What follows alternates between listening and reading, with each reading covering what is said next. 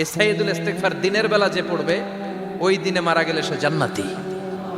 যুবক রুটি বানায় আর পড়ে আস্তাগফিরুল্লাহ, রুটির দলা বানায় পড়ে আস্তাগফিরুল্লাহ, খামির বানায় আর পড়ে আস্তাগফিরুল্লাহ। প্রচন্ড শীতের রাত,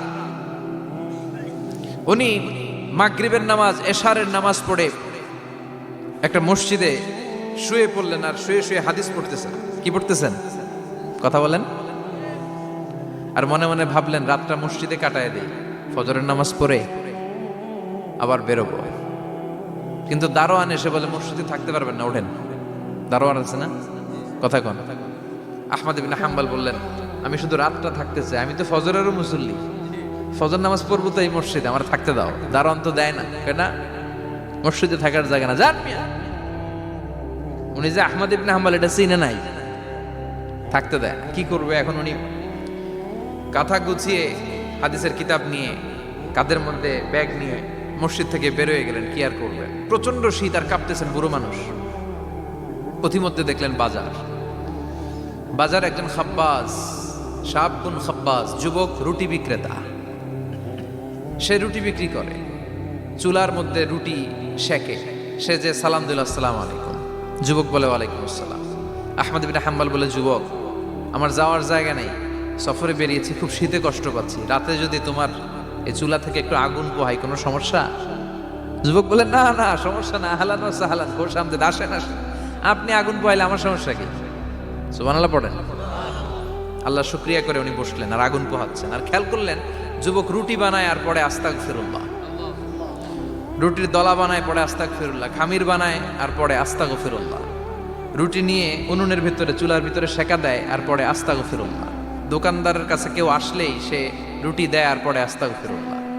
ক্রেতার কাছ থেকে টাকা নিয়ে ক্যাশ বক্সে রাখে আর কি পড়ে, আবার রুটি বানানো শুরু করে আর কি পড়ে, খালি এইটাই পড়তেছে। ইমাম আহমদ ইবনে হাম্বল তো অবাক, কিরে এটা আবার কেমন যুবক, খালি আস্তাগফিরুল্লাহ।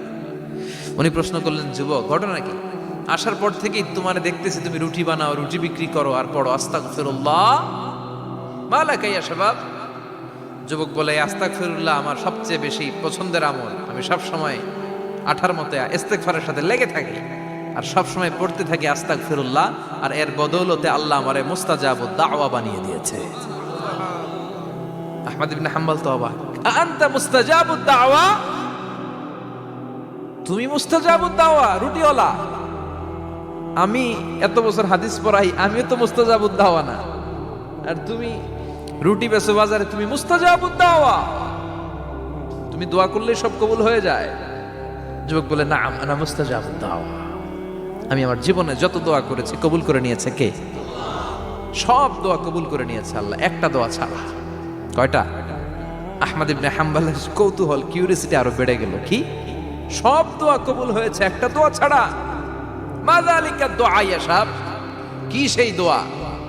যুবক এবার বলতে শুরু করলো আমার জীবনে যে দোয়াটা আল্লাহ কবুল করে নাই সেটা হচ্ছে আমি আল্লাহর কাছে অনেক চেয়েছি, অনেক দোয়া করেছি যে আল্লাহ শুনেছি এই জামানার সবচেয়ে বড় মুহাদ্দিস, তার নাম নাকি ইমাম আহমদ ইবনে হাম্বল।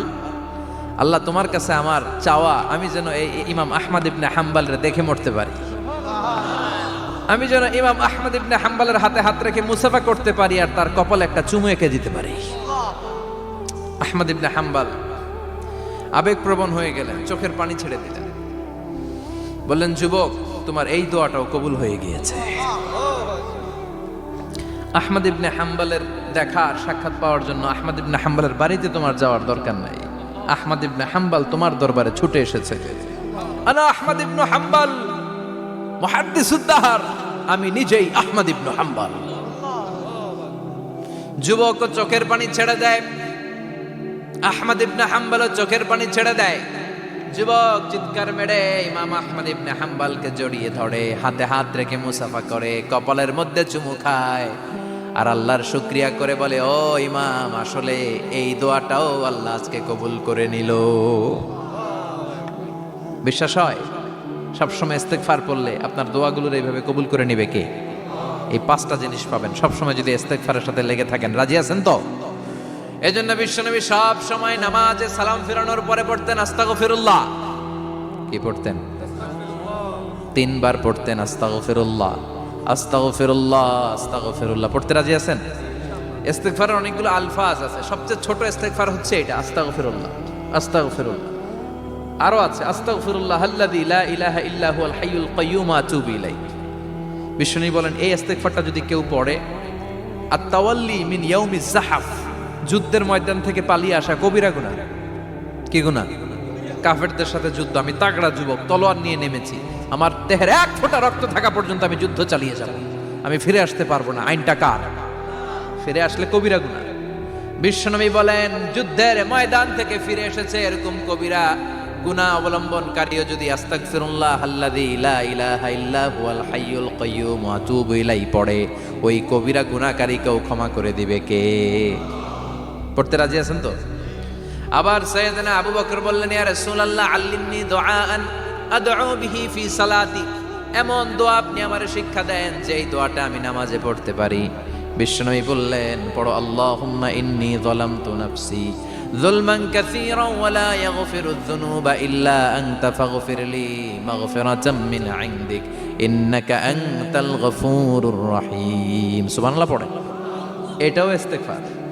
আমরা এটার বলে দোয়া মাসুরা, সালাম ফেরানোর আগে পড়ি না? যেখানেই ক্ষমা চাওয়ার কথা আছে ওইটারই কি বলে?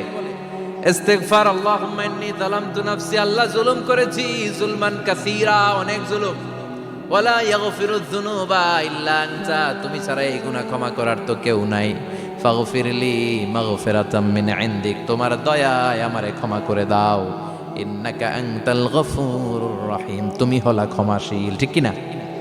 এটাও ইস্তেগফার, এটাও পড়বেন। আর এই সব ইস্তেগফারের শ্রেষ্ঠ ইস্তেগফারের নাম সাইয়্যিদুল ইস্তেগফার।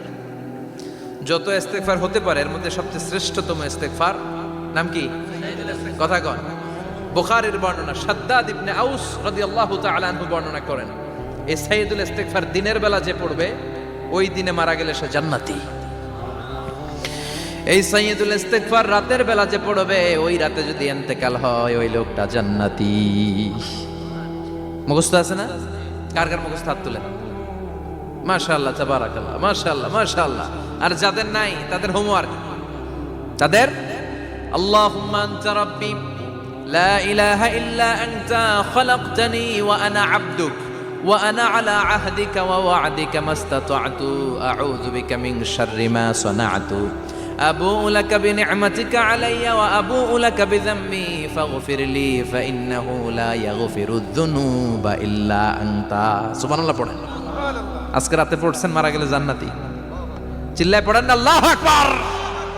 এজন্য বিশ্বনবী বলেন আমার আগের গুনাহ মাফ, পরের গুনাহ মাফ, তারপরেও প্রতিদিন আমি 70 বার তওবা ইস্তেগফার পড়ি। আজকে থেকে পড়তে রাজি আছেন তো? বেশি বেশি ইস্তেগফার পড়া যাবে না?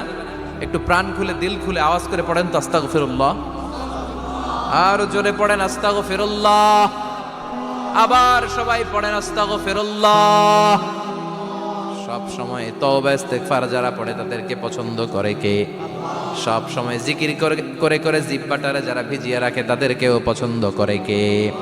আল্লাহ বলেন ওয়াজকুর রাব্বাকা ফি নাফসিকা তাদাররুআন ওয়া খীফাতান ওয়া দুনাল জাহরি মিনাল কওলি বিল গুদুবি ওয়াল আসাল ওয়া লা তাকুম মিনাল গাফিলিন। সুবহানাল্লাহ পড়ে। আল্লাহ বলেন ওয়াজকুর রাব্বাকা ফি নাফসিক, আল্লাহরে মনে মনে ডাকো, তাদাররুআন ওয়া খীফা, আল্লাহর জিকির করতে আল্লাহ বলেছেন ফি নাফসিক। বুঝতেছেন না অর্থ? ফি নাফসিকা, মনে মনে আল্লাহর জিকিরটা করো। তাদাররুআন ওয়া খীফা, তাদাররুআ মানে বিনয়ের সাথে, with full of humility, submission and humbleness, বিনয়ের সাথে আল্লাহরে ডাকো। ওয়া খীফা, গোপনে গোপনে ডাকো। দুনাল জাহারি মিনাল কওল, চিৎকার চেঁচামেচি করে ডেকো না। কার কথা?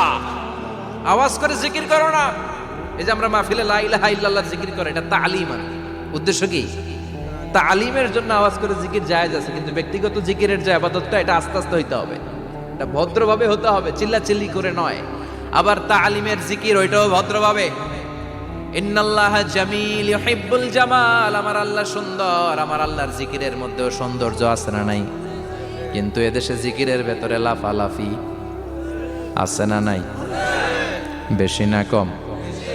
কি বসেন বসেন, হ্যাঁ বসে যান তো, অনেক ধরনের আছে জিকির। হ্যাঁ বসেন বসেন, বসে যান। হ্যাঁ হাইবার আলী, এটা কি আবার জালালি? তো এই যে ইন্নাল্লাহ জামিল ইউহিব্বুল জামাল, আমার আল্লাহ সুন্দর, আমার আল্লাহর জিকিরের মধ্যেও সৌন্দর্য আছে না নাই? তালিমের উদ্দেশ্যে সবাই মিলে জিকির করা যায়, কিন্তু চিল্লাফাল্লা করা যাবে না, লাফালাফি করা যাবে না, মাথা ডানে বায়ে ঝোলানো যাবে না, ঠিক কি না? কিন্তু লাফালাফির জিকির আছে না নাই? লাফাইতে লাফাইতে, হ্যাঁ, গাছের আগায় বাঁশের আগায়, আবার যিনি জিকির পরিচালনা করে ওনার কান্দে যায় ওঠে, আছে না নাই? বিশ্বনবী সাহাবাদের নিয়ে জিকির করছেন, সাহাবারা লাফাতে লাফাতে খেজুর গাছের আগায়, হাদিসে আছে না এটা? বিশ্বনবী সাহাবাদেরকে নিয়ে জিকির করছেন, লাফাতে লাফাতে আবু বকর বিশ্বনবীর কান্দের উপরে, আছে হাদিসে আছে। এটা জিকির নয়। কি সুন্দর দেখেন, ইসলাম বোঝা কত সহজ। ওয়াজকুর রাব্বাকা ফি নাফসিকা তাদাররুআ ওয়া খাইফা, গোপনে জিকির করো, ভদ্রতার সাথে বিনয়ের সাথে জিকির করো। ওয়ালা তাকুম মিনাল গাফিলিন দুনাল জাহারি মিনাল কওল, চিৎকার চেঁচামেচি করে জিকির করো না। যারা চিকফাল দিয়ে হই হই হই হই করে, আছে না? হই হই হই হই হই হইয়ের ভিতরে আল্লাহর নাম আছে, হ্যাঁ? এই যে হুই হাই হুই হাই এই স্টাইলের যে জিকির, এটার ভিতরে আমার আল্লাহর নাম আছে? আল্লাহর নাম যদি না থাকে ওইটা জিকির হবে? কথা বলেন। বিষ্ণু বললেন খবরদার, চিৎকার চেঁচামেচি করে লাফালাফি করে যারা জিকির করে এরা মনে করে আল্লাহ কানে শোনে না। কথা বলেন। আপনি গোপনেও আল্লাহর ডাকলে আপনার ডাকে সাড়া দিবে কে? এজন্য রাব্বুল আলামিন বলেন ফাযকুরুনি আযকুরকুম ওয়াশকুরুলি ওয়ালা তাকফুরুন। বান্দা আমার জিকির তোমরা করো, আমিও তোমাদের জিকির করব, ঠিক কি না? আমরা যদি আল্লাহর জিকির করি আমাদের জিকির করে কে? সুবহানাল্লাহ কইবেন না? আমরা আল্লাহর জিকির করে, আল্লাহ নাকি আমাদের জিকির করে, জানো তো না কথা এটা? আবার হাদিসে কুদসিতে আল্লাহ বলেন ফাইন যাকারানি ফি নাফসি যাকারতুহু ফি নাফসি, আমার বান্দা যদি একা একা আমার জিকির করে আমি আমার বান্দারে একা একা স্মরণ করি। ওয়া ইন যাকারানি ফি মালাইন যাকারতুহু ফি মালাইন খায়রিম মিনহু, এরকম মহা সম্মেলন করে যদি কেউ আমি আল্লাহর জিকির করে আমি এর চেয়েও বড় মহা সম্মেলন ফেরেশতাদেরকে নিয়ে করে আমার বান্দারে স্মরণ করি।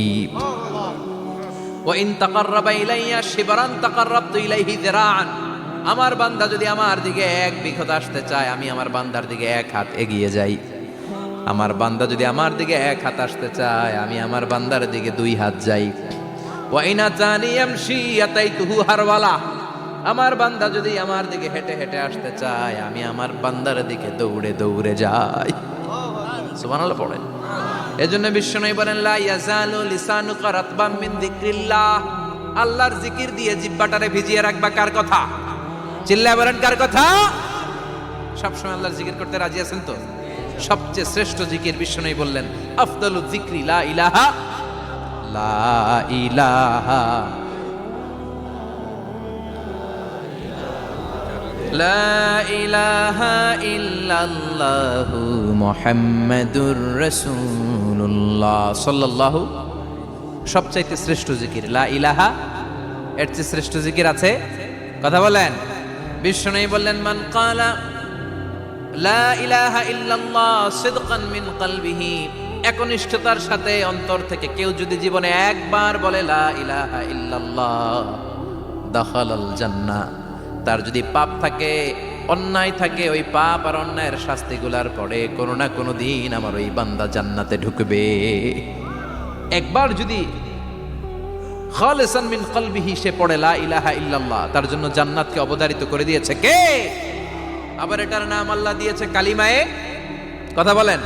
দরাবাল্লাহু মাসালান কালিমাতান তাইয়িবাতান কাশাজারাতিন তাইয়িবাতিন আসলুহা সাবিতুন ওয়া ফারউহা ফিস সামা। সুবহানাল্লাহ।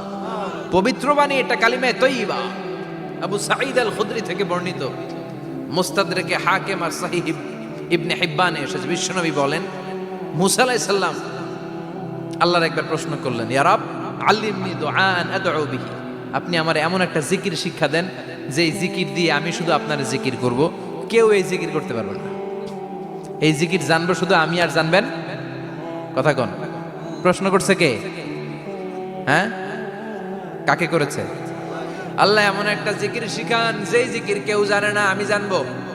আর ওই জিকির দিয়ে প্রাণ ভরে আপনারে ডাকবো। আল্লাহ বললেন মুসা পড়ো লা ইলাহা লা ইলাহা ইল্লাল্লাহু মুহাম্মাদুর রাসূলুল্লাহ। মুসা আলাইহিস সালাম বললেন আল্লাহ চাইলাম কি, কইলেন কি? লা ইলাহা তো জাতীয় জিকির, এটা তো আন্তর্জাতিক জিকির, এটা জানে না এমন কেউ নাই।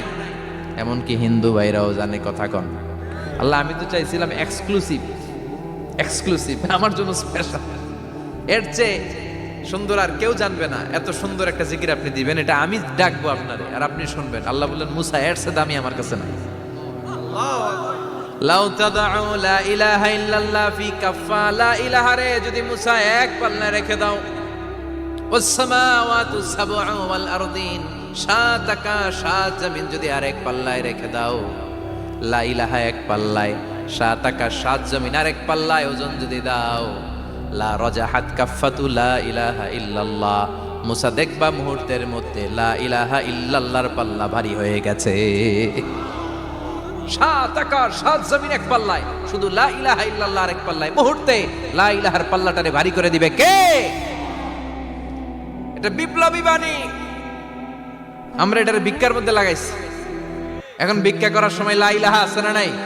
একটা টাকা দিয়া যান আমি গরিব ইনসান, আরো সমান। একটা টাকা দিয়া যান আমি গরিব ইনসান, আছে না নাই? জুমার নামাজের সময় ভিক্ষা করে একটা টাকা দিয়া যান আর লা ইলাহার জিকির লগে, আছে না নাই? এটা আমরা ভিক্ষার জিকির বানাইছি, এটা তো বিপ্লবী বাণী। এই বাণীর পক্ষে যারা, তারা ন্যায় আর সত্যের পক্ষে চিল্লায় বলেন ঠিক কিনা? এই বাণীতে যারা বিশ্বাস করে তারা এক আল্লাহর সামনে মাথা নত করে দেয়। গোটা পৃথিবীর কোন শক্তির সামনে ওই মাথা নত হয় না, ঠিক কিনা? এই লা ইলাহা যারা আমরা মানি, আল্লাহ ছাড়া কারো সামনে মাথা নত করব? কোন শক্তি আমাদের মাথা নত করাতে পারে? এই কালেমার আন্দোলন যারা করে তারা আল্লাহ ছাড়া পৃথিবীর কাউরে ভয় পায় না। আর তারা চায় কালেমার পতাকা পৃথিবীর মধ্যে যেন পথ করে উড়ে, ঠিক কিনা? বাংলার জমিনে কালেমার পতাকা উড়ুক, আমরা চাই কি চাই না? কোনো একদিন এ দেশের আকাশে কালিমার পতাকা উড়বে, সেদিন সবাই খোদাই বিধান পে দুঃখ বেদনা ভুলবে। কোনো একদিন এ দেশের আকাশে কালিমার পতাকা উড়বে, সেদিন সবাই খোদাই বিধান পে দুঃখ বেদনা ভুলবে। চিৎকার করে বলেন ঠিক কিনা? এই কালেমার সমাজ যদি হয়, ওই সমাজে কেউ লাঞ্ছিত হবে না, ওই সমাজে কোনো নারী নিগৃহীতা হবে না, ওই সমাজের কোনো কাজের মেয়েরা ধর্ষিত হবে না, ওই সমাজে দুর্নীতি থাকবে না, ঘুষ থাকবে না, চাঁদাবাজি থাকবে না, টেন্ডারবাজি থাকবে না। সমাজটারে শান্তি দিয়ে সমৃদ্ধ করে দিবে কে? এজন্য সব সময় জিকির করতে হবে একজনের, চিল্লায় বলেন তিনি কে? শ্রেষ্ঠ জিকির হচ্ছে লা ইলাহা। করতে রাজি আছেন? সব সময় জিকিরটা করতে রাজি আছেন? Every night and every day never forget to say লা ইলাহা ইল্লাল্লাহ। চিল্লায় বলেন ঠিক কিনা? দিনে রাতে যে কোনো মুহূর্তে আমাদের জিহ্বার মধ্যে থাকবে কি? কথা বলেন, জিহ্বায় থাকবে কি?